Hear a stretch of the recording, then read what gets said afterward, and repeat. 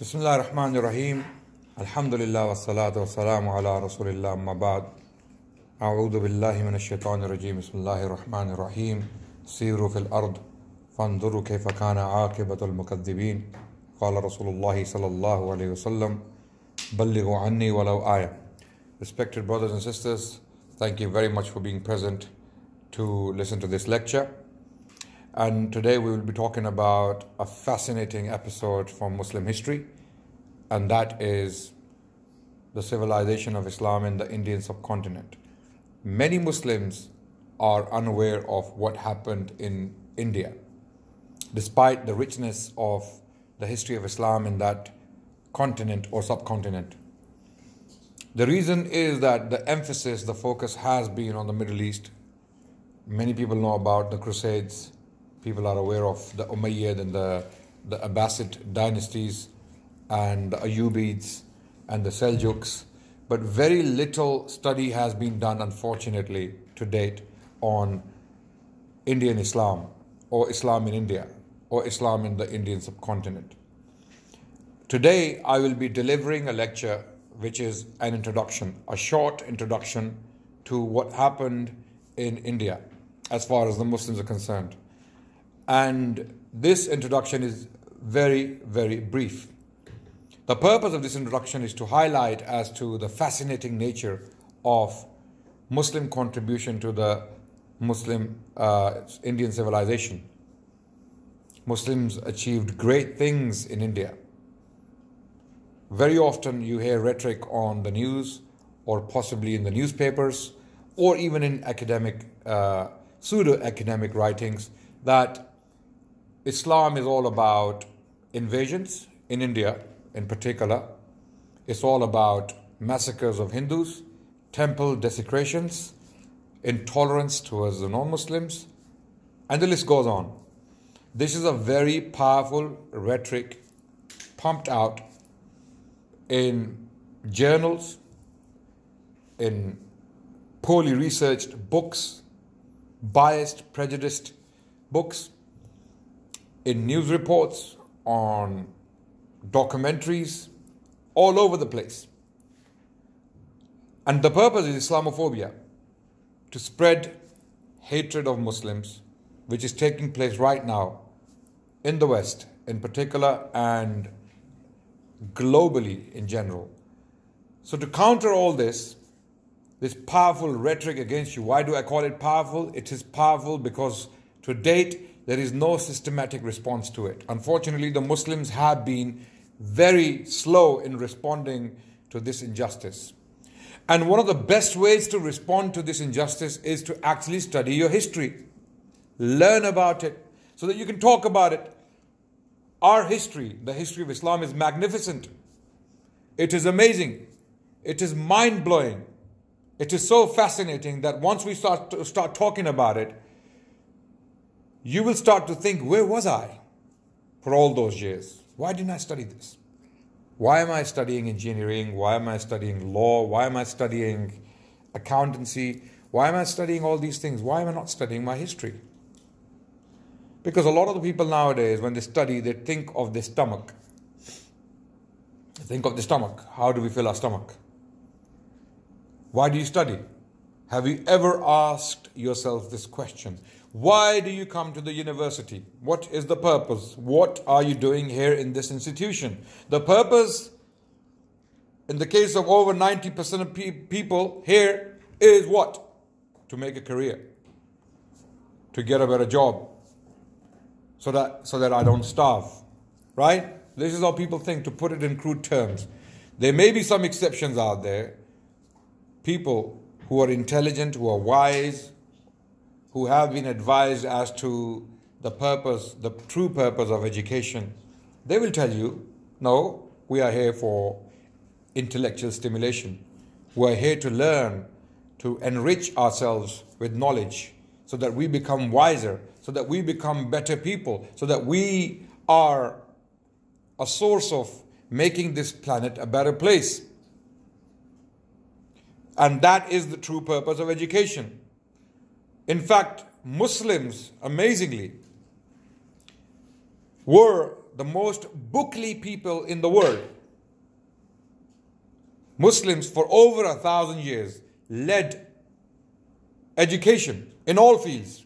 When I say all fields, you name it, all fields available to humanity for over 1,000 years, we mastered all those fields and we taught them as masters, as professors, as lecturers, as teachers. You name it, philosophy, science, whatever primitive form it was known to humanity in history, any other field you can think of. Medicine, optics, surgery, alchemia or chemistry, mathematics. We can go on and on and on and talk about Muslim civilization in Al-Andalus, in the Middle East, in Baghdad, and in other places in North Africa. But today we will be talking about what happened in India. And the purpose is to highlight the magnificence of our history. Of course there are problems in our history. Of course there are unpleasant incidents and events in our history. But are they because of Islam? No. They are because of greed. What we call human weakness. Humans are vulnerable to temptations. They do bad things at different times in different places. So today, India is the focus, so that we can all learn about what Muslims did in India. And to make the final point of my introduction, the importance of history is paramount. As I said earlier, the Muslims were the most bookly people on the planet. We had the largest libraries in the world. Our libraries were so huge that we still have manuscripts lying around in book markets. They ran into millions of books handwritten by people. So big this tradition was that even the non-Muslims were inspired to imitate Muslims in book collecting, book writing, becoming scribes, book decorating, book binding, you name it. It was all about books. Book markets in medieval Islam were the busiest places. Today, when you go to the Muslim world, what are the busiest places? What are they? No. There's another market, right? What are the busiest places in the Muslim lands? Malls, where you have designer stores, right? Louis Vuitton, Gucci. Yeah, this is what Muslims are dying for, right? This is what we are investing in our lands. We are building skyscrapers, we're building malls, we're putting commodities in there as if this is what life is about. No, we have lost the plot. As a civilization, unfortunately, we have left our ways, we have lost the plot. The first command which came to the Muslims was what? Iqra. Bismi rabbika alladhi khalaq. خلق الإنسان من علق اقرأ وربك الأكرم الذي علم بالقلم علم الإنسان ما لم يعلم. The very first 5 verses to be revealed to humanity in the Quran, the last and the final message to humanity, were about knowledge, reading, writing, use of qalam, use of reading, use of books. Yes? What happened? It wasn't about designer clothes. It was not about buying flashy cars or getting degrees so that you can have a nice house and that's what you live for. No, the purpose of life is not that, especially for Muslims. The purpose of Muslim life is to make this planet a better place by educating yourself, primarily in your own tradition and then other traditions, so that you can be great contributors as we were in the past. And it can be repeated once you learn about it. If it was done right in the past, it can be done right today. You all agree? Not everything about history was bad. Not everything about history was embarrassing. No, we have magnificent things to be proud of. So we have become the most bookless people on the planet. From a very bookly people, we have lost value for books. And the first step to improvement is to highlight the problem and to acknowledge the problem. Once we acknowledge the problem, we will start moving towards improvement. So brothers and sisters who are listening to me right now, know this is the problem. You think doing a degree, which is at best introductory, you do not become scholars by doing a bachelor's. You do not become scholars. Don't get this wrong. Degree is not the end, it's the means. A degree which you are doing in this university is not the ends. People think, I'm going to spend 4 years and that's it. My life with education is done. Now I am educated. No, you're still a baby. You're not educated. You think when you do a degree, you're educated? No. Education starts after the master's. It starts after you do postgraduate. That's when you go into the depth of what you have learnt. That's when you start to explore territories which you cannot understand before. Degree is little knowledge, introduction. So don't be satisfied by your degree which you have done for your stomach so that you can put pizza, burgers and fries in your stomach and get fat. I just had a very nice pizza, by the way. I'm not against pizzas. Sheffield pizzas are very nice, by the way. Okay? It is about feeding your brain, not your stomachs. Education is for feeding your brain, your mind. So, having had my emotional rant, as usual in the beginning, we're going to get on with the topic. India. What happened in India? Firstly, the first emergence of Islam in India happened through traders. We are told Yemeni traders who inhabited the west coast of India, and some of their descendants are still living there. In fact, the dress code is very similar as well. And the language is very close to the Arabic language, although it has changed throughout time. But the Yemeni traders were the first people to have emerged on the Indian scene. Then came the armies of Hajjaj bin Yusuf, led by a man called Muhammad bin Qasim. What was the reason? Historians have debated a number of times, in a number of ways.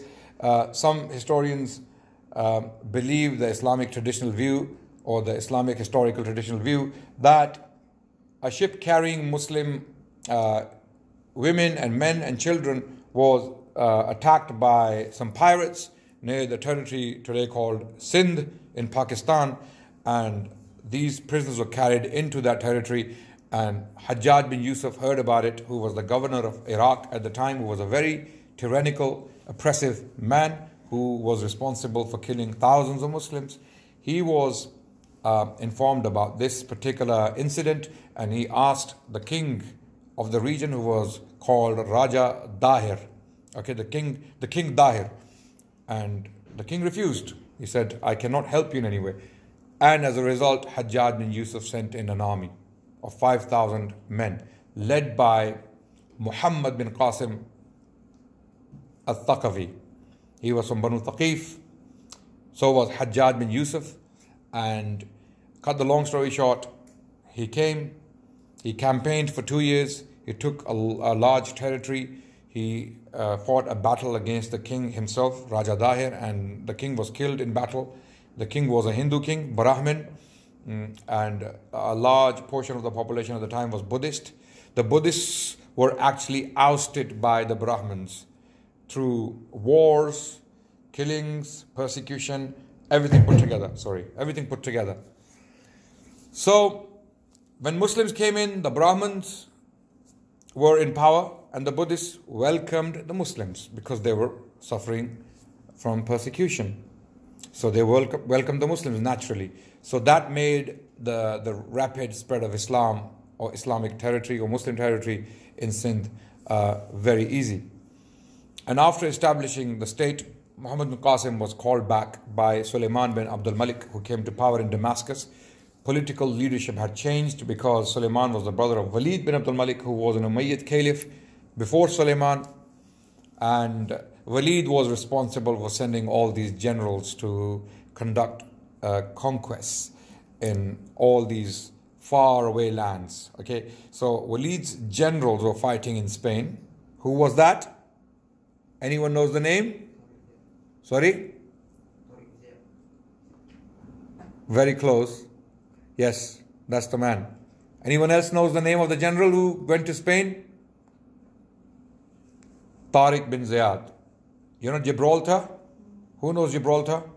Hello? Put your hands up. Do you know where Gibraltar is? You know where it is? It is in Spain, but it is Britain. Okay? It is Britain. Gibraltar is actually, the word Gibraltar is a corruption of Jabalul Tariq, the mountain of Tariq. This is the rock, or this is the mount upon which Tariq landed with his army. Okay? And that story, which is attributed to him, that he delivered a lavish or a very emotional speech in front of his people, his army. And then what did he do? What's the story? Does anyone know? He burnt his ships. Have you heard about this? This story is not true. There is no evidence for this story, by the way. This story is falsely attributed to him. We don't have any historical sources to confirm this story. Okay? So Tariq bin Ziyad was actually an associate of Musa bin Nusayr, who was the general conducting the business of expansion in North Africa. And he was working on behalf of Walid bin Abdul Malik, the caliph, very powerful Umayyad caliph in Damascus. On the other hand, you have Qutayba bin Muslim in northern China, very close to northern China. This is a very large stretch of land from Spain to northern China. Do you know what that is? If a plane flies today from China going to Morocco, how long does it take? Easily 10 hours, right? Possibly more, right? Okay? This is how far the generals were. And in the south, now Muhammad bin Qasim was representing Walid bin Abdul Malik. But when power changed in Damascus, Suleiman, the brother of Walid, came to power, and he had vendetta against the generals of his brother, and he called them all back. Cut the long story short, they were killed off. They were finished. And that kind of checked the progress of Muslim military expansion in India, in Sindh. And then during the Abbasid period, in particular, the period of Khalifa al-Mansur. Al-Mansur was the same Khalifa who was alive at the time of Imam Abu Hanifa rahmatullah alayh, and when Imam al-Shafi'i was a child. Al-Mansur was governing Baghdad. He was a very powerful caliph. The Abbasids had completely removed the Umayyads from power, and they had come to power. So during the Abbasid period, the raids into the Indian territory, at that time known as Sindh, okay, reinitiated or reignited. So again some territory was taken, and cut the long story short, up to the city of Multan, which is in current day Pakistan. Multan is southern Punjab. If you look at the Pakistani map today, you will see a city called Multan.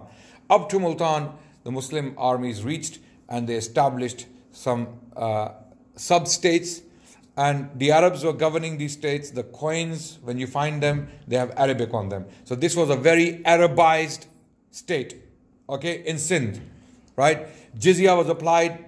People were given freedom to practice their religion. At times there were wars, there were battles. So Muslims governed tactfully. They bought alliances, they bribed alliances, they fought alliances, they did all these things, what is necessary for politics, which any other king or group would do.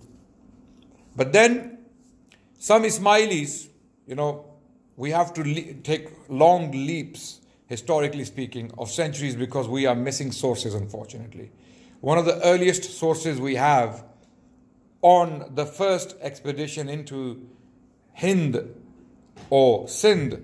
Okay, Sindh was a province, a small part of Hind. Hind was known as India at the time. This is how the Arabs knew the Indian territory. As far as they were concerned, Sindh was actually Hind, because that's all they had seen of Hind, right? They had no idea what Delhi is, or what Hyderabad is, or what other part, Calcutta. They had no idea if anything is there. They have never seen it. They don't know. The only part of Hind they know is Sindh, which is very, very close to Arabia, which was very close to a place called Makran, where the Arabs had already established their garrison towns, and they had taken a lot of land in Persia, right?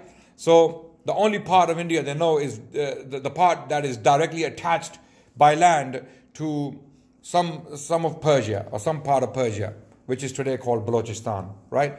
Or Sajistan area. So the only source we have on this particular episode of history is called Chachnama.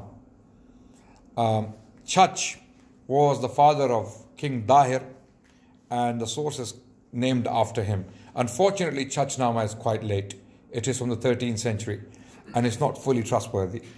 Another source we have on the excursions of Muhammad bin Qasim is Futuhul Buldan of Imam Baladuri, who has written a very early history of conquest. Literally translated, Futuhul Buldan means the conquest of lands. Okay, and in this book, Imam Baladuri collects all the reports on the conquest of, for example, Palestine, the conquest of Egypt, the conquest of Syria, the conquest of Sindh at the hands of Muhammad bin Qasim.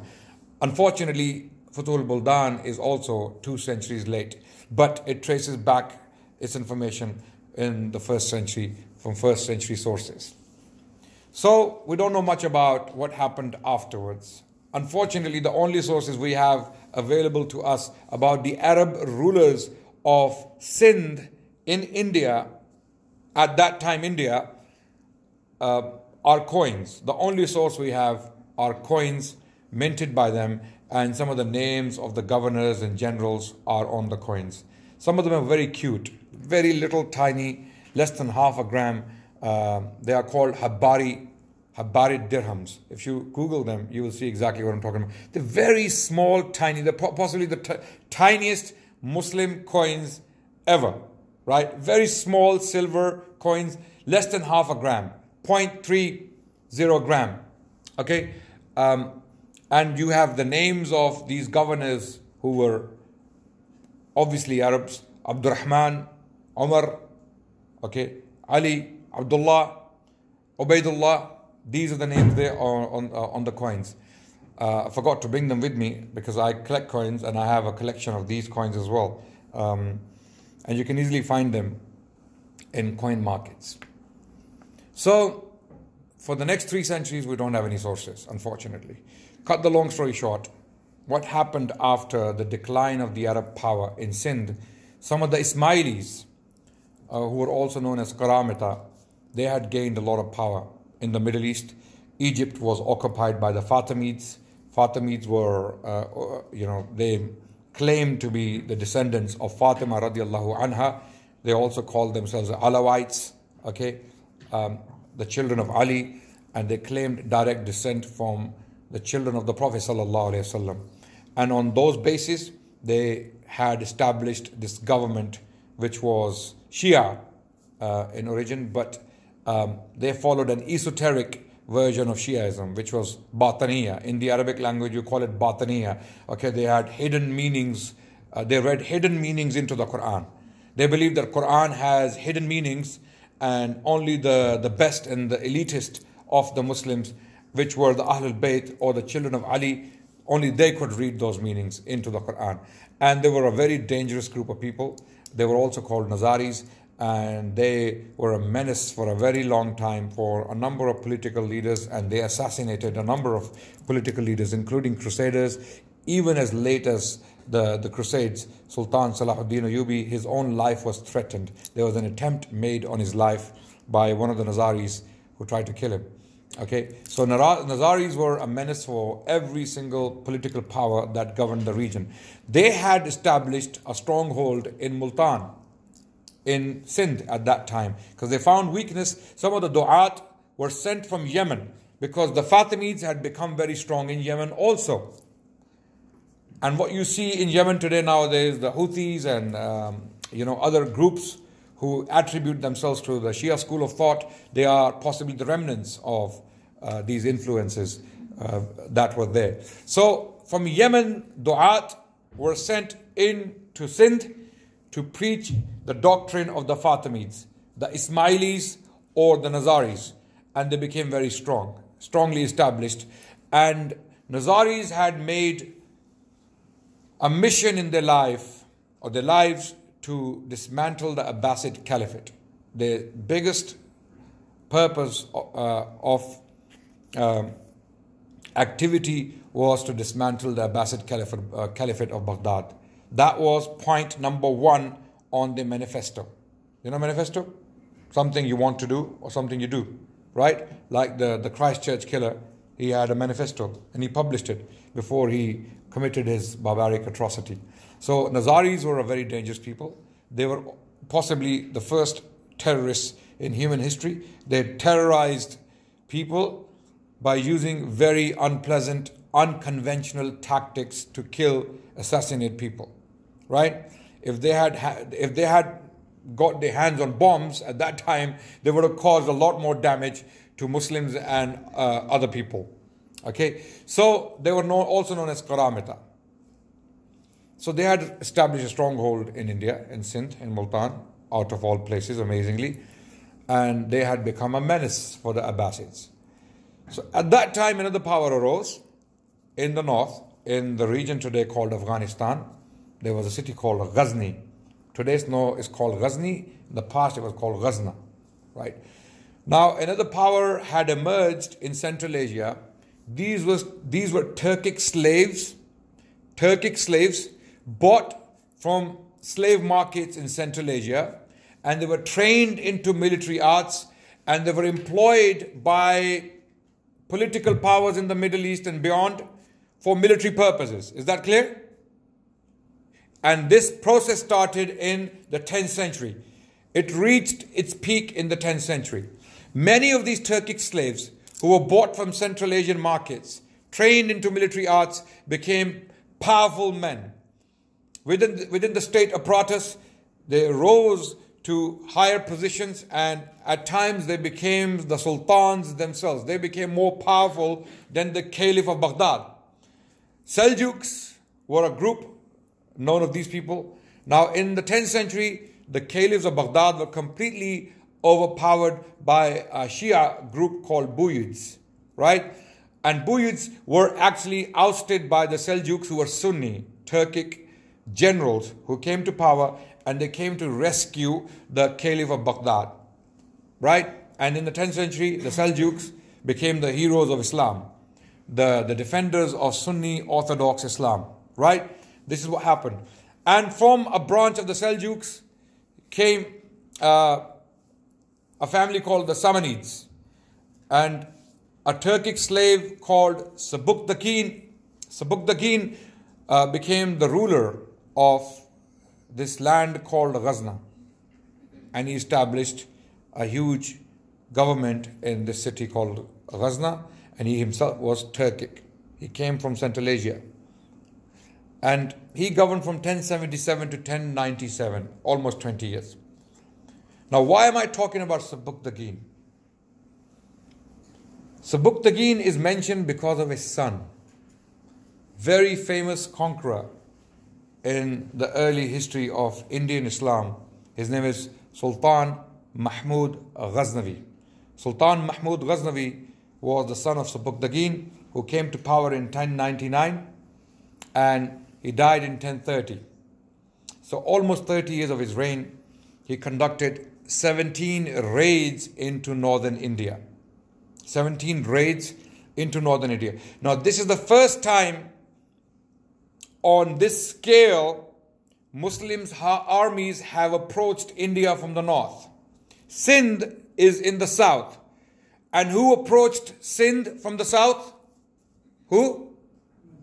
Muhammad bin Qasim, who was what? Ethnically? Arab. He was Thaqafi. He was not Yemeni. He was from Banu Thaqif. He was from Banu Thaqif, the tribe very close to Mecca, Taif, the city of Taif was inhabited by the Thaqafis. Hajjaj bin Yusuf was also a Thaqafi. Rasulullah sallallahu alaihi wasallam said there will be two liars. Yes? No, there will be a liar and there will be an oppressor. I think the hadith stated two liars will come from Banu Thaqif. One was Mukhtar al-Thaqafi and the other one was Hajjaj bin Yusuf, who killed many great personalities in the early history of Islam. You're not getting bored, are you? We're getting to the interesting part very soon, inshallah. I'm going to cut the political history short and we're going to get to the civilization of Islam in India very quickly, inshallah. Political history is very important to understand the dynamics of what actually happened and why it happened. Sultan Mahmud Ghaznavi, the son of Sabuktakin, who was a Turkic slave who became the Sultan himself. So Mahmud was his son, who was a very powerful leader. He became so powerful that he was threatening the Caliph directly, Al-Qadir Billah, who was the Caliph in Baghdad. So if you pick up coins of Mahmud Ghaznavi, you will see his title on the coins. Okay, Yaminul Khilafa. Okay, Nasiru Amir al-Mu'mineen, Al-Qadir Billah. This is the title of Sultan Mahmud Ghaznavi on his coins. And you find his coins in abundance in Afghanistan to this day, right? Because he was so rich.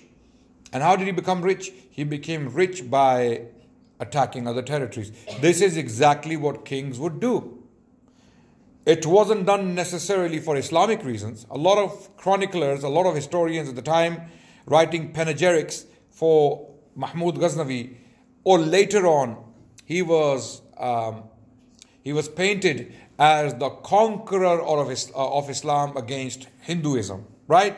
By later historians. But that wasn't necessarily the case. Because sometimes people read their perceptions or their current perceptions into the past.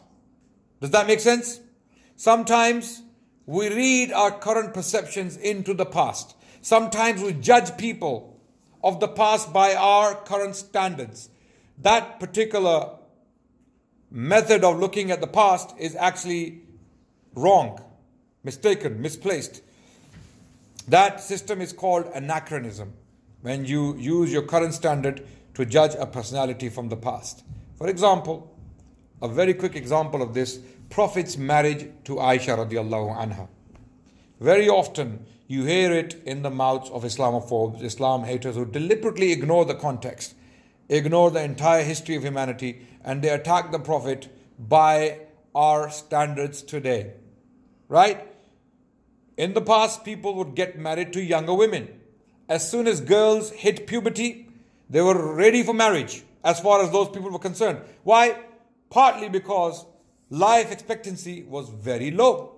Women would usually die very young in childbirth, right? Or from other problems. There were no medical facilities. Women die young today in so-called third world countries like India. Okay, like in some countries like in Africa. Basic medicine is not available. Women die in the 20s, in the teenage, or even in the 30s. This was happening in the past, and this was one of the reasons why they would get married to younger women. Now we use our standard today.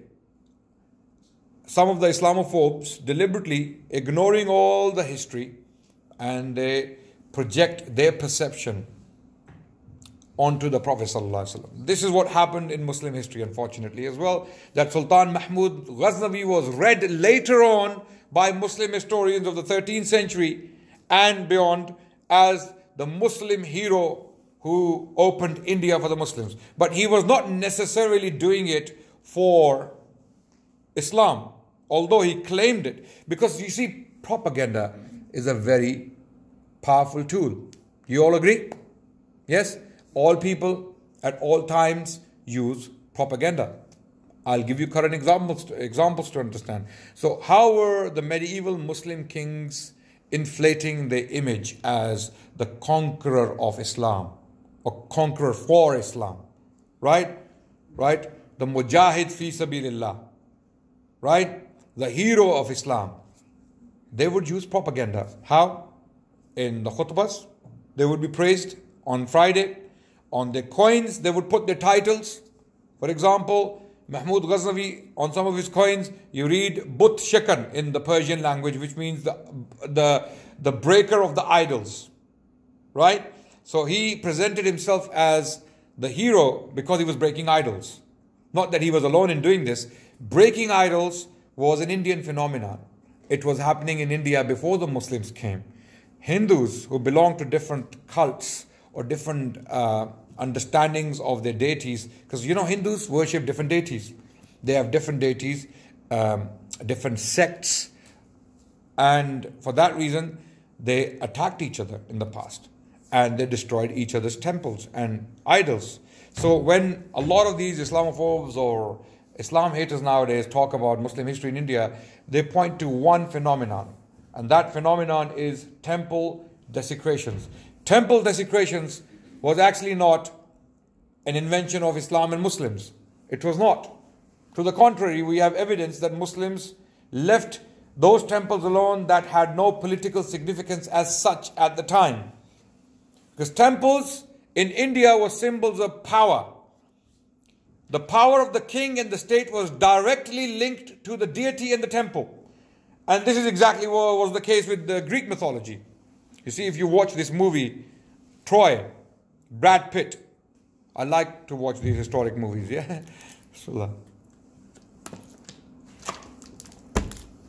When Achilles, the Greek mythical hero, attacks Troy, the first thing he does is goes to the temple of Apollo and he cuts off the head of the idol to demoralize the enemy, the army of the enemy. This is exactly what was happening in India. In India, Hindu kings would invade other territories, Hindu territories, and these Hindus would be worshipping a different deity, and one Hindu king would raid another Hindu territory, and the first thing that Hindu king would do is to go to the temple, destroy the deity, burn the temple down, and that would demoralize the entire army of the enemy, because now the god is dead. The god has been killed and destroyed and desecrated. What's the point of fighting now? I mean, God is not with us. Khalas, finished. Game over. God has abandoned us. This is how it worked. And this is one of the reasons why it was used as a weapon of war during the Middle Ages by Muslims and Hindus. Okay? So, to point at Muslims only, which is what happens nowadays, to mention grooming gangs, as an example today. I like to give examples, current examples, so that you can actually understand history better. Grooming gangs. Who is the finger pointing at in newspapers? Hello? Muslims. Am I exaggerating? You live in the north. You know better than I. Yes? Yeah. Rotherham. And the other place? Rochdale. Who is the finger pointing at? Muslims. They call them Muslim grooming gangs. They have even given them a religious title, amazingly. They are Muslim grooming gangs. But how Muslim are these Muslim grooming gangs is the question. Other than their names, they have no connection to Islam. Right? And especially when we study the statistics in Britain of pedophilia and grooming, proportionally speaking, when we look at the Muslim population and the native English population or British population of Britain, proportionally speaking, the whites are the majority of grooming gangs. They are the majority of groomers. They are the majority of pedophiles. This is statistically proven. Hundreds of thousands of whites travel to Philippines, Cambodia, Vietnam to have sex with children. So the focus has been removed from them, the real culprits. If we want to talk about this problem, then we have to talk about it in a just fashion. We cannot just ignore the elephant in the room and magnify the ants. Do you all agree? Okay, if I magnify the ant and make it look like the elephant, what are you going to tell me? And there's a big elephant and Not an Indian elephant, an African elephant. Yeah? You know, African elephants are big, by the way. They are nearly, if an Indian elephant is as high as this roof, the African elephant is probably going to be 3 feet taller, you know, and they cannot be tamed. A lesson on elephants as well, because elephants are very important in Indian history. The armies and militaries use them. And I was recently in South Africa and I took some footage, a selfie with an African elephant. And a lot of people told me afterwards, you were crazy, you were mad, because these elephants are not tamed. They cannot be tamed. They are wild elephants. You know, they can attack you anytime. Alhamdulillah, I'm here, I survived. So, grooming gangs. The finger is pointing at Muslims. Unfairly, unjustly, because they want, those who are pointing the finger, they want to magnify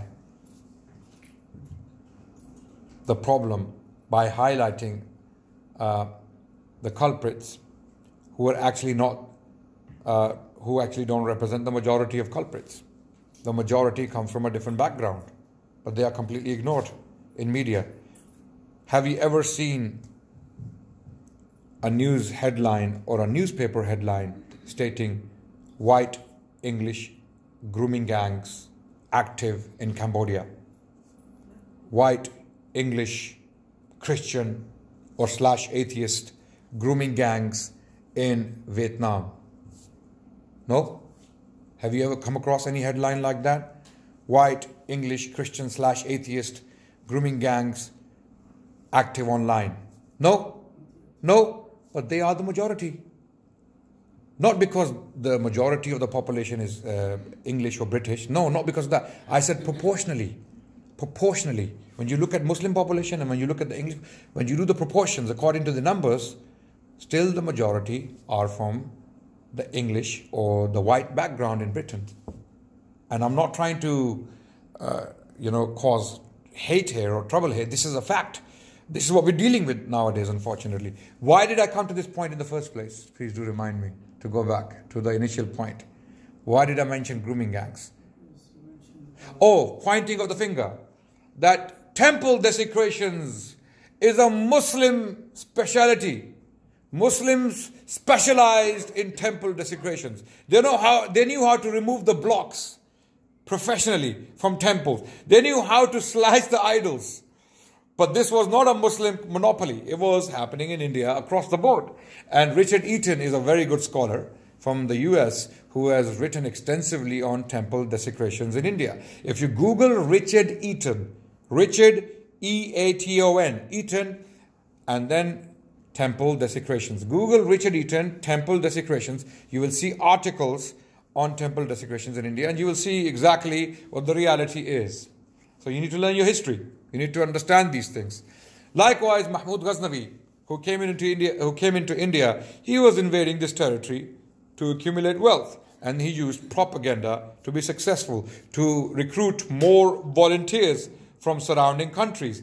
And you know, when the call of jihad was made, many volunteers came and joined the armies. And they came into India, and not necessarily, as far as the king was concerned, for the sake of Allah or for the sake of Islam. It was partly because they wanted to accumulate wealth, as kings did in the Middle Ages. During the Middle Ages, medieval period, there were no rules and regulations. There was no United Nations. There were no Geneva Conventions or Bill of Rights or anything like that. These people, they did as they went along. Basically, they made their minds up. They decided things as they went along. Right? So Mahmud Ghaznavi raided 17 times and he destroyed one particular temple called Somnath in Gujarat, in the current day region called Gujarat. Okay, so this was the first time when some Muslim armies approached India from the north. And Lahore, have you heard of the city called Lahore? It's in current day Pakistan.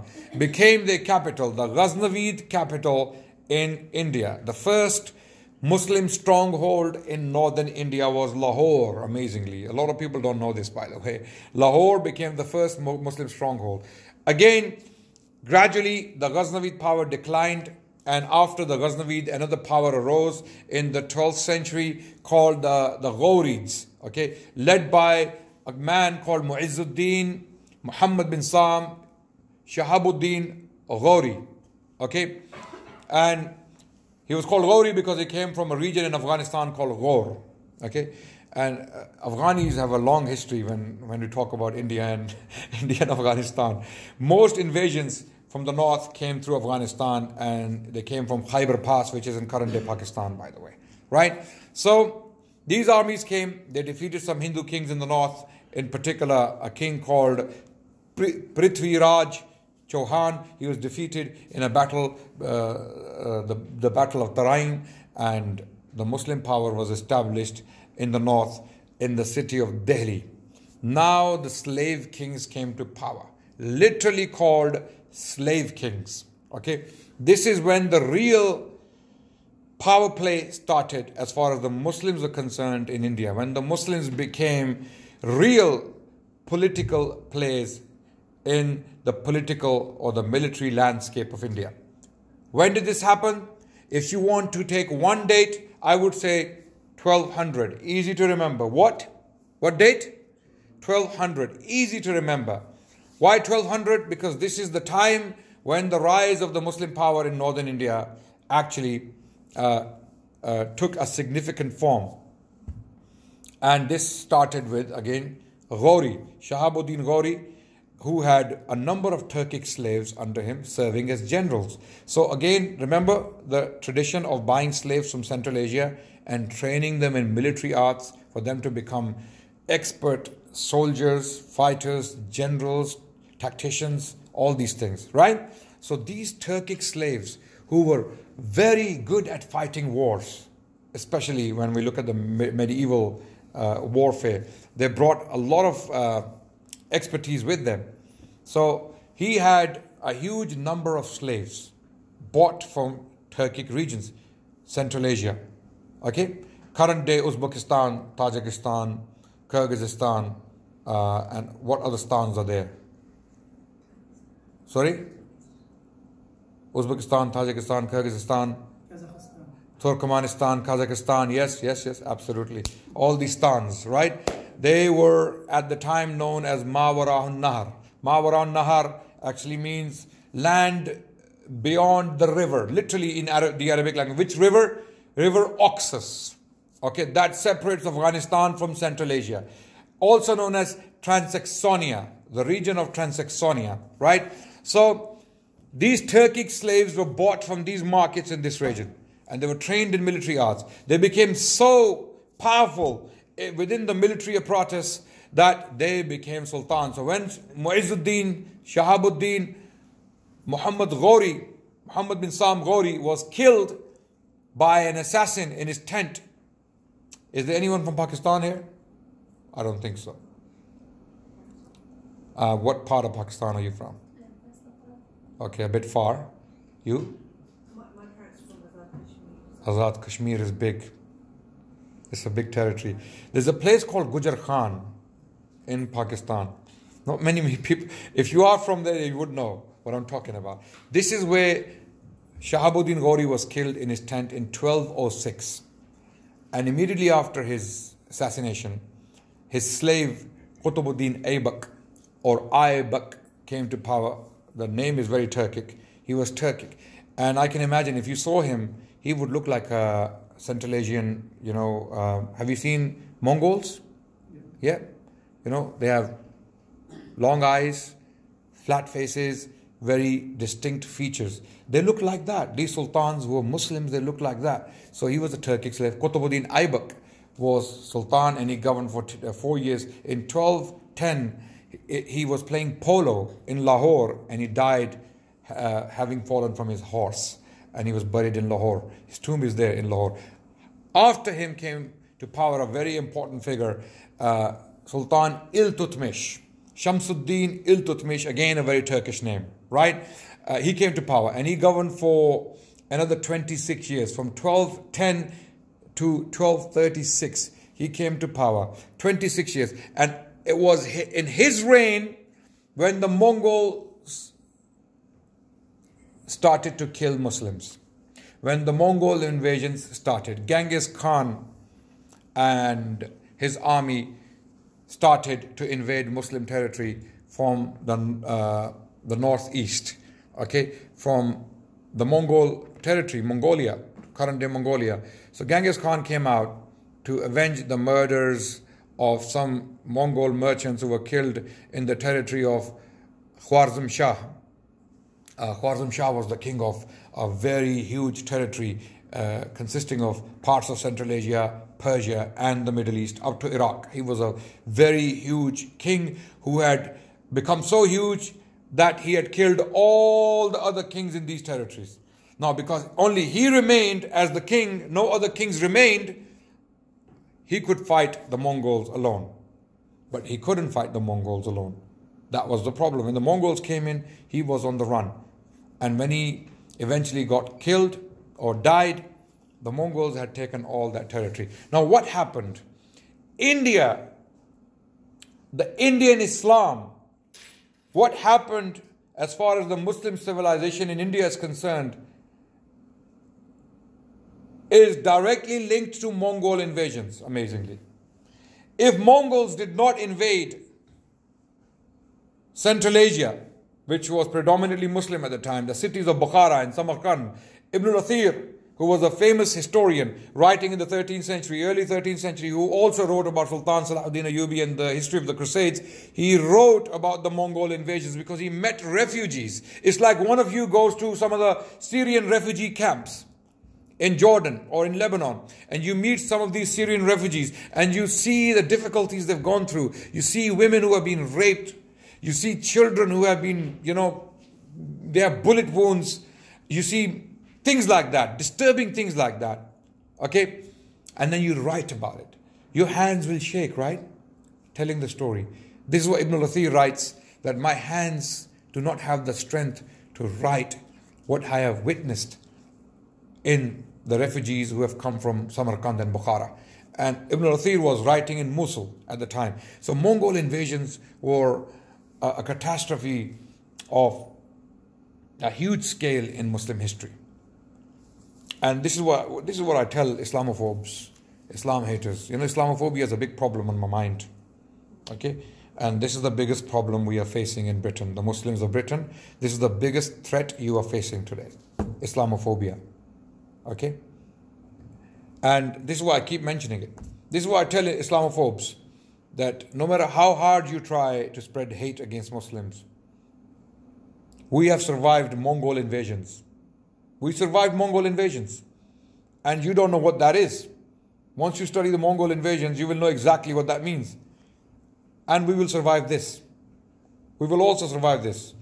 Your hate, your lies, your peddling of misrepresentation of our faith is not going to work. It's going to fail. It is going to fail, and we will survive, we will last. This is the promise of Allah to us. And when the Mongol invasions happened, Muslim scholars are saying, this is it. This is Malhama, this is Ya'juj and Ma'juj. It's finished. We are finished. But what happened? These same Mongols, they became the defenders of Islam. They became the defenders of Islam. So from the same people came who? The Ottomans. The Ottomans. It happened in the 13th century. Genghis Khan came in 1219 and he died in 1227, having killed almost 10 million Muslims from East Turkestan up to Syria.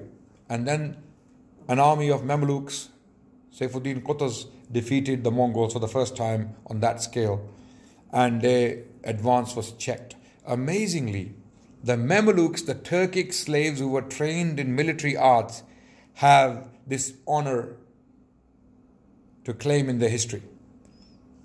Both cases where Mongol invasions were stopped and checked, they were stopped by the Mamluks, by slaves bought by Muslim sultans, Muslim kings, trained in military arts. They were the ones who defended and protected the Muslim civilization from destruction, from imminent destruction. Where? One case is Egypt, where again the Mamluks, the slave kings, were governing. Saifuddin Qutuz was a Mamluk, and Baybars after him. And the second case is India, where Sultan Iltutmish, who was governing, when the Mongol invasions happened. And after these invasions, you remember when I mentioned that Indian civilization, Indian Islam owes its existence to Mongol invasions. Sometimes when you see something, some destruction, you see destruction. But Allah has another plan. God has another plan. And you cannot see that plan unfold because you don't live long enough to see that plan. You see what's happening in Syria, what's happening in Burma, for example, with Rohingya Muslims. Or what's happening to Christchurch, for example. What happened in Christchurch? A hater, a racist bigot walked into a masjid due to Islamophobia, peddled by a number of pseudo-intellectuals in Britain, in America, in Australia, because he cited all of them, by the way, in his manifesto. He told us who the inspirations are. So I'm not making things up. Am I making things up? Has anyone had the privilege of reading his manifesto? Anyone? You haven't had the privilege? May Allah not give you that privilege. Right? In that manifesto, he actually quotes people. He mentions his inspirations. And there is a direct link between what he did and Islamophobia. So you see Islamophobia, you see hate. This is why I said we will survive this. We will survive this. Why? Because it has another side. After he killed 50 Muslims, do you know how many people have come to Islam in New Zealand and Australia? Any idea? Any idea? He wasn't thinking that, was he? When he went into the mosque, massacred 50 Muslims, he didn't think that his actions will bring thousands of people to Islam. And that's what happened. That's what happened. I have a friend in New Zealand as we speak today. He said people are coming to mosques in drives. Not only the Christchurch mosque, they are going to mosques all over New Zealand. All the New Zealanders, is that how you call them? Kiwis? Right? All the Kiwis are making their way to mosques. And even in Australia, they're going to mosques to ask questions because they sympathize with Muslims. So the more you attack us, the more you will, cause us to grow. We become stronger. The Mongol invasions made Muslims stronger, and this is the point I want to make now. So Mongols were thinking we have destroyed Islam, but they actually made Islam stronger than it was. Where? In India. All the intellectuals, all the philosophers, all the poets, all the theologians, all the historians from Central Asia, all the artists, all the experts in architecture, the cream of the crop from Central Asia. And it's a huge region, from places like Samarkand and Bukhara, from the Farghana Valley, and from Afghanistan. They migrated. They left their region because of Mongol invasions, that destruction. And where did they go? India. They took refuge under the protection of these powerful sultans in India. My God, I've been talking for an hour now. Okay, so we're going to stop very soon and take questions take questions. So I'm going to now summarize very quickly, get to the conclusion. They came to India, and in India, all of these scholars and all of these architects and intellectuals brought their knowledge and their expertise with them. That's why India became such a power that a menace like Mongols could not shake it. For over a century, Muslim sultans from different dynasties governing North India were protecting India against the Mongol invasions. So first, Sultan Ghiyasuddin Balban, another Turkic slave of Sultan Shahabuddin Ghori. After Iltutmish, 1236 he died, his daughter Radhiya Sultana came to power. You know, Radhiya Sultana is a very famous figure in the Indian history, and Indians know about her. She only governed for 4 years, and she was the first Muslim woman ruler of India. She governed for 4 years, and she governed effectively. In fact, Sultan Iltutmish preferred her over his sons. He used to say, I wish you were a man, that you could become the Sultan after me, because she had all the qualities of the Sultan. But the Turkic governing system these slave sultans had established in India at the time was a very male-dominated system. So these Turkic leaders, chiefs, did not accept her as the ruler. So she was eventually deposed, and then other sons of Iltutmish came to power, but they were weaklings, and then came to power Ghiyasuddin Balban, a very powerful Turkic slave general, again trained in military arts, and he created a huge empire in India, so strong that the Mongols could not break through. He built fortresses in the way of the Mongols. Now, when Indian context is discussed, in India, do you know how much Islamophobia there is in India? Do you know anything about it?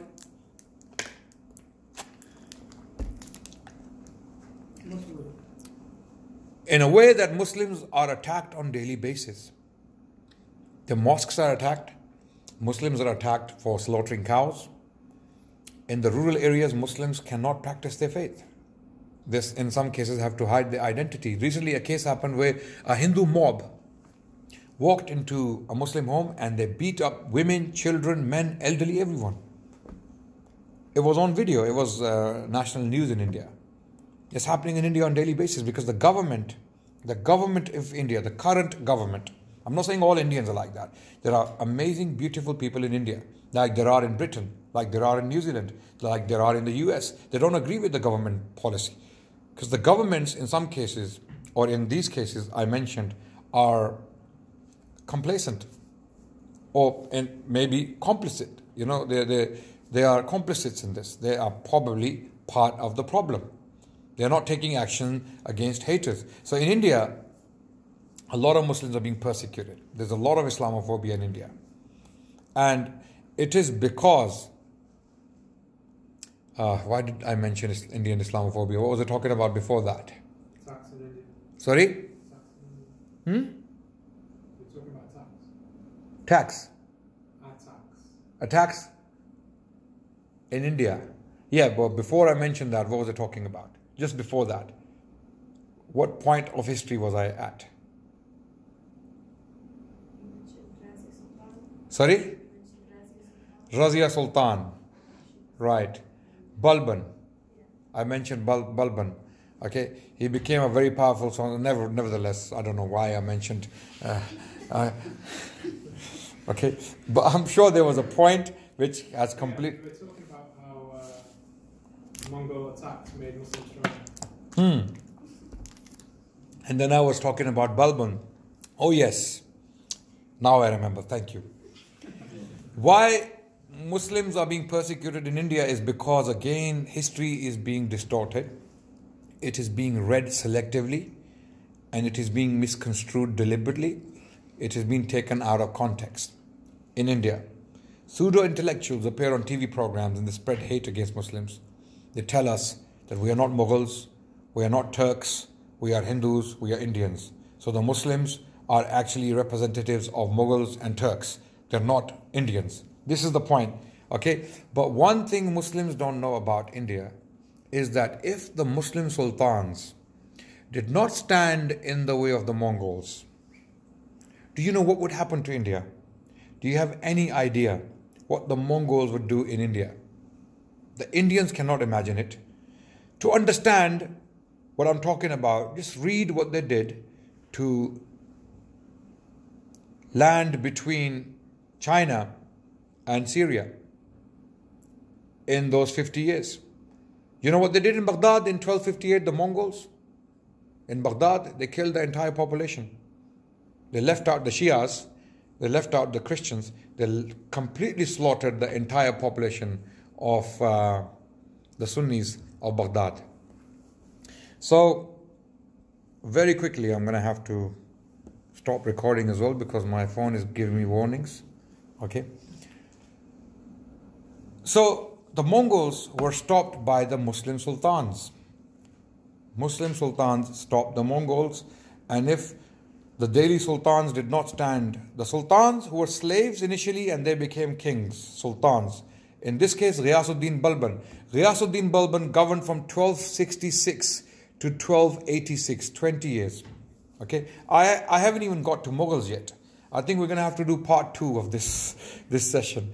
Otherwise, this is going to get so condensed that we cannot possibly cover all of this. So, Ghiyasuddin Balban was a very strong sultan. His son was killed in battle defending India against Mongols.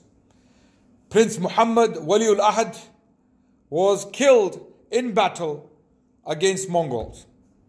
And then we move on to the next dynasty that came to power, the Khalajis, another Afghan family from Afghanistan. They came to power. They fought against Mongols.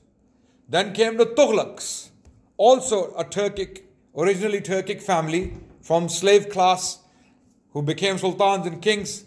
They also fought Mongols. And one of the kings among them was Muhammad bin Tughlaq, who governed from 1325 to 1351 for almost 26 years.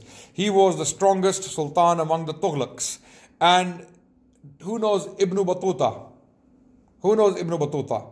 Ibn Battuta, the Rihla of Ibn Battuta, the memoir, the travelogue of Ibn Battuta is well known among Muslims in Muslim scholarly circles. He was a traveler who came from Morocco and he traveled all the way to India. He visited India at this time when Muhammad bin Tughlaq was governing. Muhammad bin Tughlaq appointed him as the Qadi of Delhi on the Maliki fiqh and then sent him with some presents and gifts for the Chinese emperor. So he sent him as an envoy to the Chinese emperor, and then he was shipwrecked near the south of India, and Ibn Battuta decided to go back to Morocco instead of going back to Delhi because he knew the Sultan will kill him for losing all the things he was given for the Chinese emperor. So all of this is happening. I will now take a huge leap because of the shortage of time. We will go to the Mughals. The Mughals came to power, again a Turkic family originally. They were descendants of Timur the Lame, who was a conqueror after Genghis Khan, who conquered a large territory in Central Asia, again following the footsteps of Genghis Khan, and he went as far as the Ottomans, and he actually fought against the Ottomans and he captured the Ottoman Sultan. Sultan Bayezid Yildirim was captured by him and killed by him.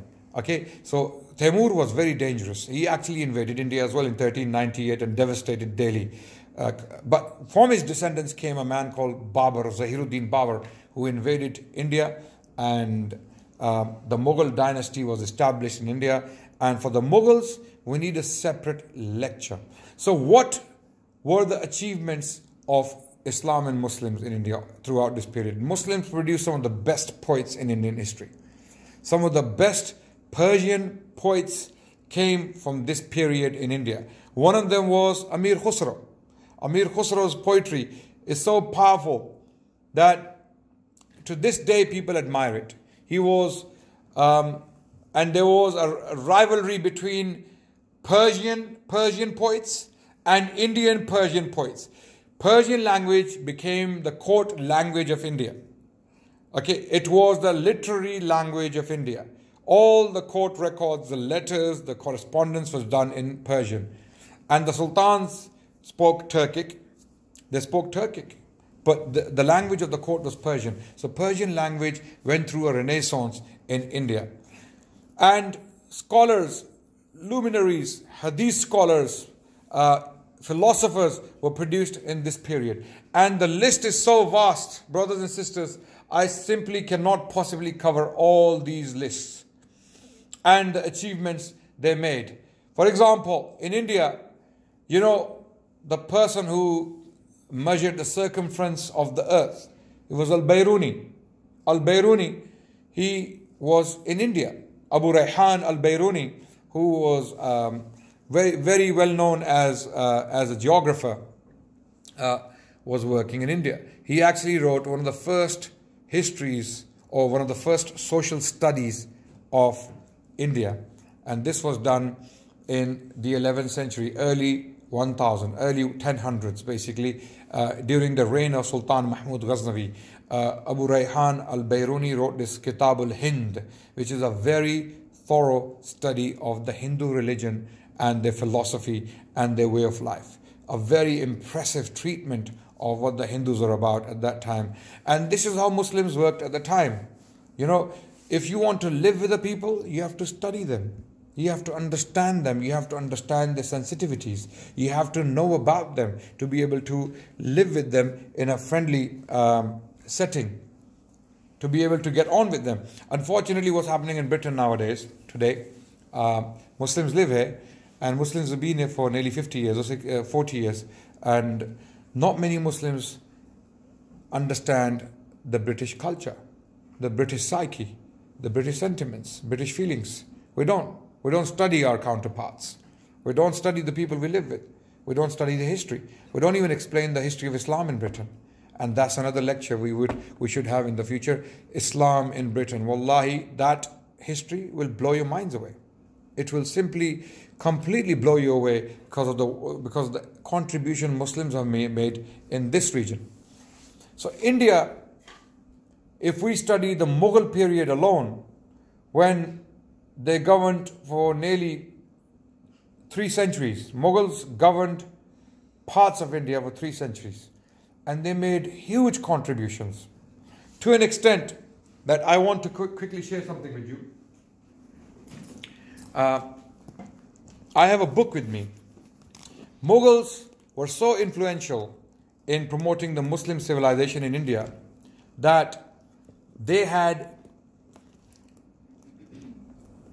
Islamified or Persianified, how can I put it?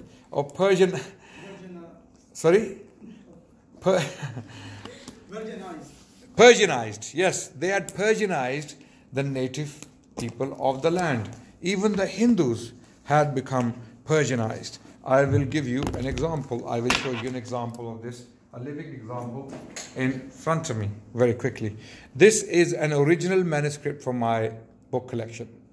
It is a handwritten book from the Mughal period, penned during the reign of Aurangzeb Alamgir. Okay, Aurangzeb Alamgir, and this is for the people who will be looking at it later. This is a Persian book written in a very lavish text called the Chickasaw Text, which is curvy text, which is very stylish in its way of expression. And this particular manuscript was written by a Hindu, and his name is Amar Singh. And at the end of the manuscript, you clearly read when it was written. It was written on the 3rd of Dhul Qa'dah, year 42 of the Emperor Alamgir, Aurangzeb Alamgir, who governed from 1658 to 1707. And this particular manuscript was penned in 1109 Hijri. So why is a Hindu writing the history of Muslim saints? The book is titled Sirul Arafin. Sirul Arafin basically is a history of Muslim saints of India. Muslim spiritual mystical figures of India.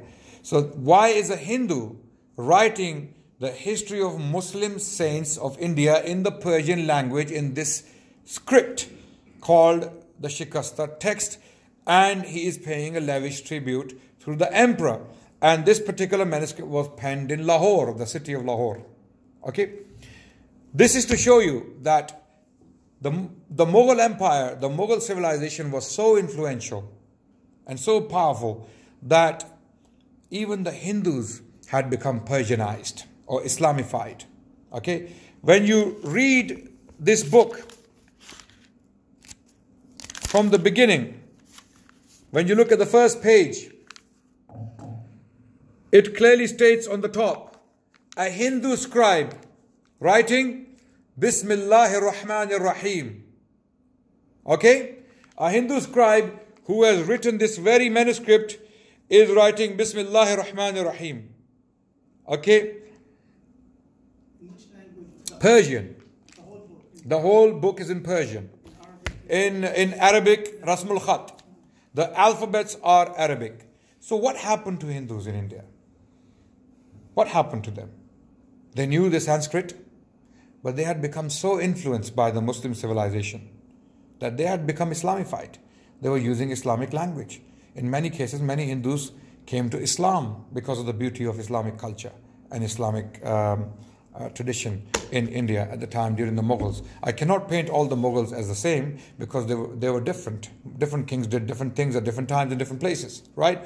But generally speaking, the Mughals had a very positive impact on the Indians.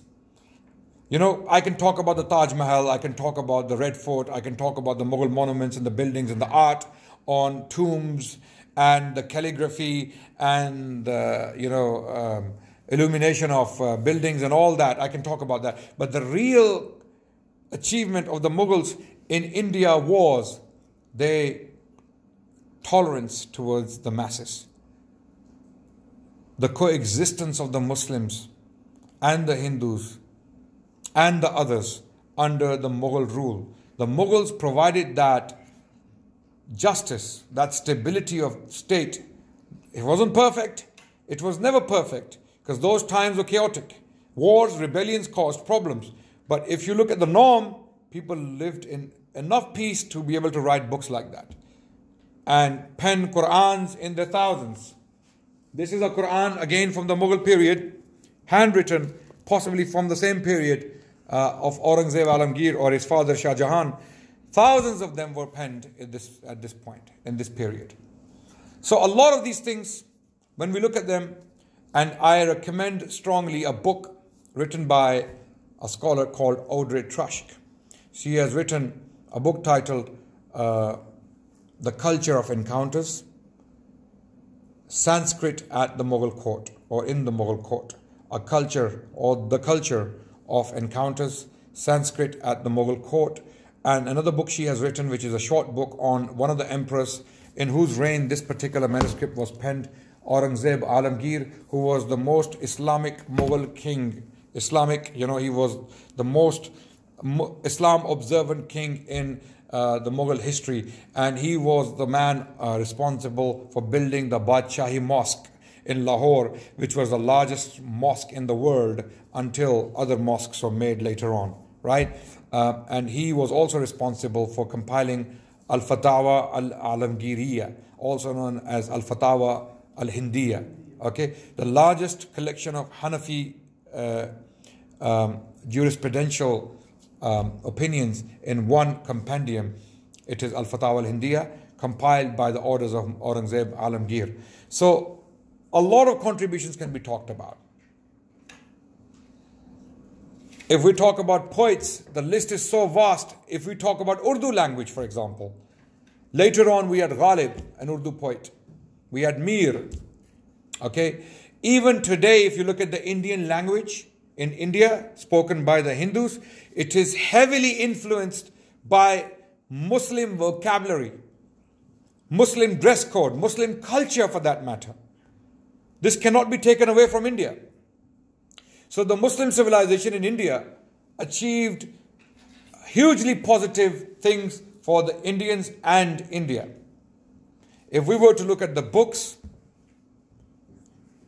and if we were to look at the literary works produced by Muslims throughout the 8th century of rule, or even 7th century of rule, 7 centuries of rule, we cannot possibly cover all these aspects of Muslim civilization in a short lecture of 1 hour. No, we need a lecture series on every single aspect. For example, Muslim poetry in India, Muslim theology in India, Muslim philosophy in India, Muslim science in India, Muslim military tactics or military skills in India, Muslim contribution to Indian architecture, Muslim contribution to the intellectual development of Indian intellectuals, Muslim contribution to the freedom movement against the British East India Company and later on the British Empire. Wallahi, the list is so long that we cannot possibly. Muslim freedom fighters, kings like Tipu Sultan. Tipu Sultan, again, this is another lecture in itself. The man was killed in battle in 1799 against the East India Company forces. And he was so sophisticated that his name is among one of the inventors of rockets. If you go to the American Rocket Institute, if that's what it's called, you will see his name among one of the inventors. Tipu Sultan. Google when you go home. This is your homework. T-I-P-U Sultan. Tipu Sultan. Very little known to Muslims outside of India, unfortunately. A very powerful figure to remember. He was no less than Sultan Salahuddin al-Ayyubi. No less when you study his history. He was a master diplomat. His diplomacy was absolutely amazing. He sent emissaries to Thomas Jefferson. You know who Thomas Jefferson is? The author of the Declaration of Independence, 1776. He sent emissaries to the Turkish Sultan. He sent emissaries to the French king, Louis XVI. And then after that to Napoleon Bonaparte. Why? Because he wanted to liberate India from the British East India Company. Because the British East India Company was bleeding India dry. Who says so? Not Tipu Sultan, not I. The British officers working within the East India Company themselves. There is a book written at that time. It was published in 1772. And the book was titled The British Transactions in Bengal. The British Transactions in Bengal. It was published by William Bolts. B-O-L-T-S. William Bolts. He exposed the business of the East India Company in 3 provinces of India, which were occupied by the British East India Company. The British went to India as traders during the Mughal period.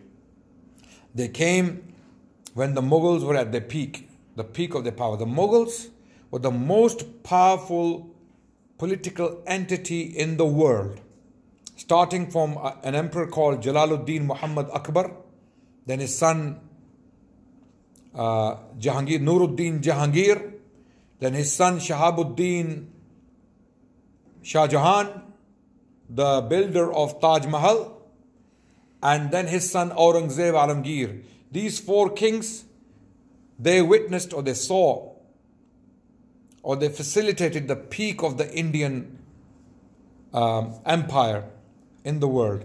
During the reign, nearly 50 years reign of Aurangzeb Alamgir, from 1658 to 1707, India was the richest country in the world. It has been never so rich, before and after. And Aurangzeb Alamgir is the most maligned Muslim king in Indian history because of his Islam. But he made India a formidable power. Never before India witnessed so much power. 24% of global GDP, 24% of global GDP was in India during the reign of Aurangzeb Alamgir. This is how powerful India was. He was the richest man in the world. And yet, he would sleep on a mat. He memorized the Quran after he became the emperor. When he was over 40 years old, he would write the Qurans in his own hand. And he would deliver justice personally for his subjects. When he would hear one of his sons or one of his cousins or one of his relatives is abusing power, he would personally get involved. And he would have amends made. So Aurangzeb Alamgir was that. But then after his death in 1707, within 50 years of his death, the Mughals went downhill immediately. The succeeding emperors were a bunch of weaklings. They were busy in debauchery. They were having fun. They harems. They're singing and dancing. They're smoking of shisha or hookah or all of that. This is what they were busy in. Okay, and then political power was lost. In 1757, the British fought a war against the Mughals and defeated them. And then they woke up to the potential of India. They realized that they can possibly own India. in their wildest dreams, these merchants working for a company, a trade company called the British East India Company, they could never imagine that they will one day become the masters of India, the richest country in the world. What Britain is today is one of the richest countries in the world, right? A huge proportion of the British wealth or the gold reserves of the Bank of England, a huge part of it comes from India. I tell you that without hesitation. Okay, if you don't believe me, read the book of Shashi Tharoor titled The Dark Empire. The Dark Empire. Okay, Shashi Tharoor. So the British came to power in 1757, and slowly and gradually, by plotting, by planning, which anyone would do, we can't blame them for that. Okay, British East India Company wanted to get his hands on power and own India, which they successfully did. They could not claim, however, ownership of India until this man called Tipu Sultan was killed in 1799. Why he was killed? Who was he? What are his achievements? Please either listen to my lecture on him on YouTube, the biography of Tipu Sultan, or read a book on him called The Tiger of Mysore by Kate Brittlebank. Kate Brittlebank. And Tipu Sultan was the last giant standing in India. Until Tipu Sultan was alive, the British could never claim racial or cultural or religious or political superiority over the native Indians. It was only in the 1820s, after Tipu Sultan was killed and the Muslim political power was removed completely from the Indian landscape, then the British could claim racial superiority.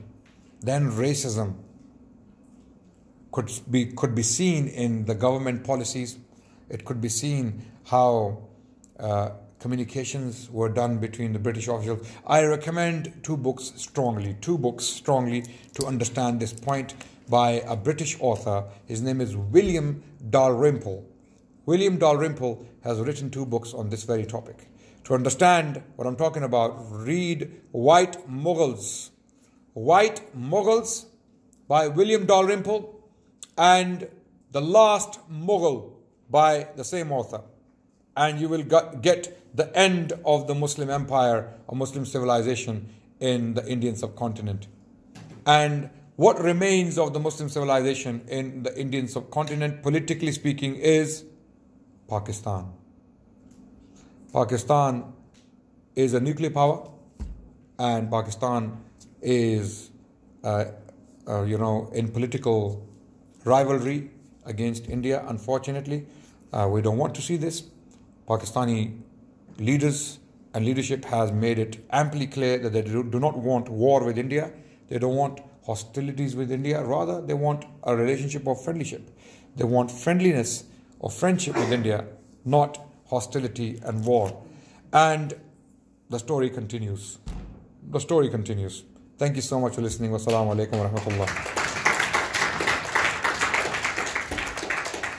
Do apologize for the long lecture. We will do a short Q&A, and if it needs to be long, then we will prolong it until the battery of my phone dies. We can continue. Yes, please. Thank you very much for... Okay, before you go, everyone, I have some artifacts here for your perusal.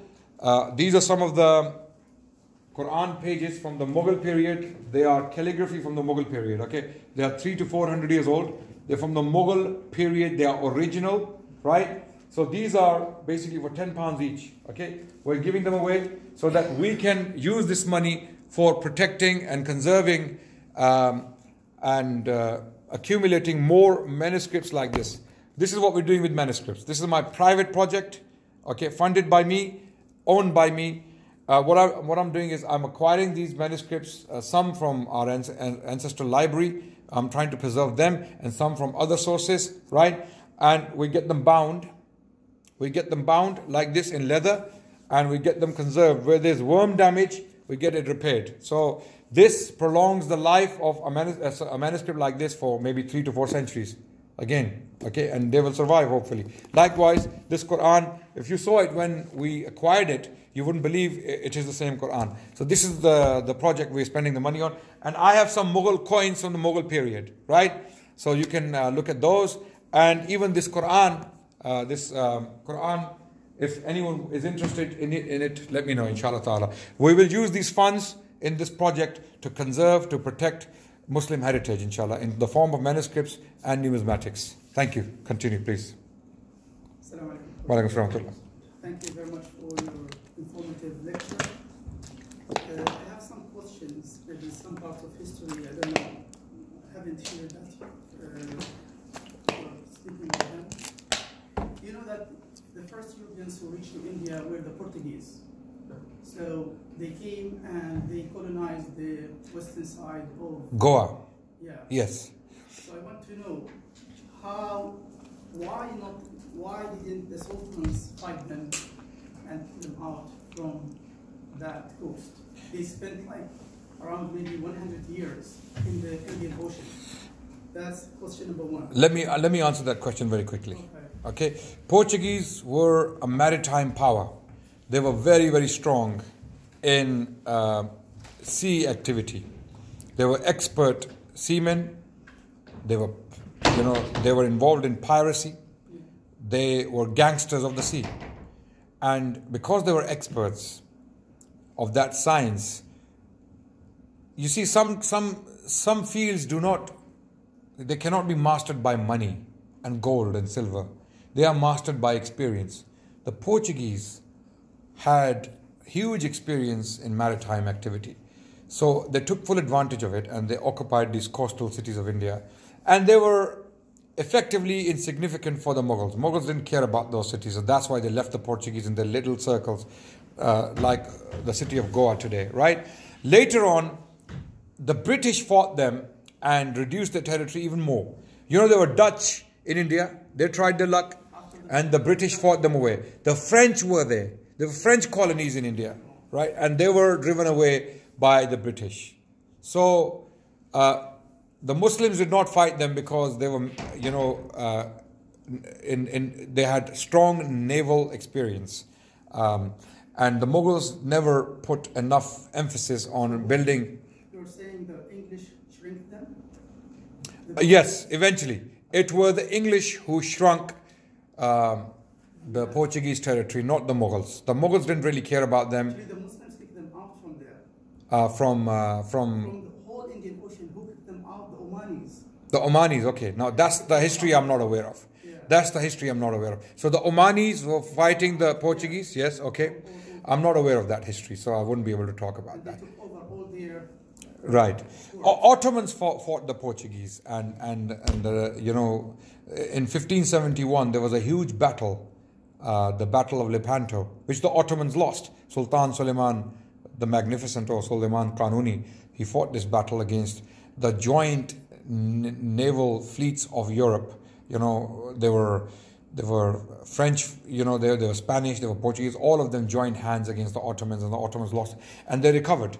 Although the value of that battle was highly exaggerated by European historians at the time, but it was not as significant because the Ottomans recovered soon after, right? So the Mughals were not a naval power. They were not a naval power. In fact, even for Hajj journeys, they depended on the Portuguese. Yes, that's the problem. Anyone, can we come back to your question? Okay. Yeah, if anyone, yes, please, go ahead. We'll take turns, inshallah, Sheikh. Yes. I just wanted to ask about, do you have any suggestions for books on the rise of the poetry and the literature of the Mughal period? Many books. Or just like a starter? If you want to read an introduction on the Mughals, F.F. Richards, The Mughals, the book is called. Another book I would strongly recommend if you need to know how Mughal royal households worked, then Mughal Princes by Munis Farooqi, Mughal Princes. Okay, these are recent books. And Audrey Trushk's, okay, Audrey Audrey, Audrey, Trucshke. It's a very strange name, but she's an American scholar, and she has received a lot of hate towards her on Twitter. She's a warrior. She's a warrior. She's not a Muslim, by the way. She's an academic from the US. She's teaching at one of the American universities, and she receives tons of hate every single day on Twitter from India, because she paints the Muslim history as a positive thing, you know. Audrey Trushke. Trucshke. Trushke, yeah. She's on Twitter as well, by the way. You go and check her Twitter and you'll see what she goes through every day. She recently lectured in India and she was heckled by the crowd. And then there was another side which was protecting her, defending her. So India is going through a very, you know, revisionist. I mean, there are two groups in India now. Though the BJP, the extreme right-wing extremist Hindutva side, and the other side is the secular, educated, enlightened side as well. Yes. Anyone? Yes, please. Yes. The second question is about manuscripts. Yes. Also interested in manuscripts. So I want to know what is the oldest manuscript you have found, or if it is in your hand, if it is like kept in some of the private libraries, and are they in Arabic? And if they are in Arabic, have they been published, like edited and published, or to what extent they are still manuscript that keeping knowledge as they are protected and not published? You see, the first step is to protect them, preserve them, conserve them. That's the first step, and then publishing comes later.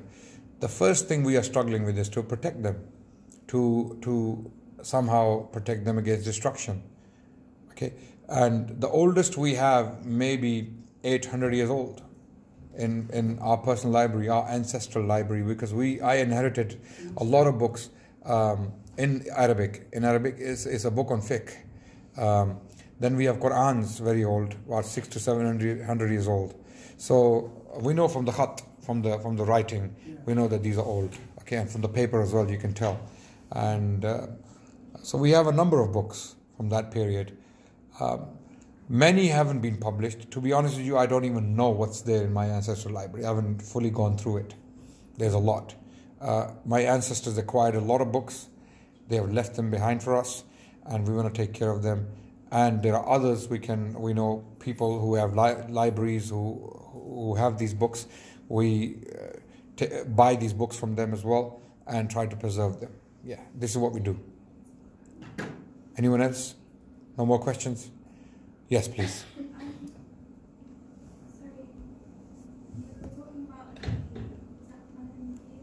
Sorry, what was I talking about?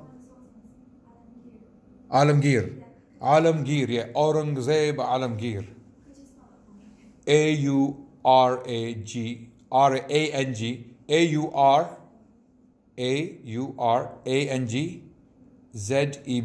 Aurangzeb Alamgir is his second name. Alamgir. Google him and you will see who he is. Yes. Okay. Anyone else? Yes. Just I'm confused. You mentioned some dates, so I'm not sure which system is that. Is it the Islamic? No. I mentioned common era dates. I mentioned the common era. The Gregorian calendar dates. Yeah, I didn't mention the Islamic dates because unfortunately, most students here wouldn't be able to appreciate the Islamic dates because we are not Islamically trained, unfortunately. This is the problem we are facing. We need a revival of Islamic dates. Yes, we need it. We are speaking yes. About Islamic history. Yes.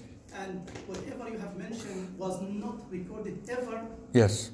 In the English books, never. Yes. All the books that we read about this, like his period of history. Yes. It was Islamic. Yes. And all of them use Islamic dates. Yeah. So I prefer that we link the two because yes. When we say even this manuscript written by a Hindu, the date he writes is the Islamic date because the British haven't yet come to power in India. It was after colonialism and the rise of Western imperialism when the common era date became universal. Before that, the Islamic Hijri date was the date of the world. That was the system which was used by the most educated people in the world. And then when Muslim civilization lost its political hegemony or political influence in the world, that's when the Common Era date came on top. Yes. Anyone else? Okay, thank you so much for listening. Wassalamu alaikum wa rahmatullahi wa barakatuh.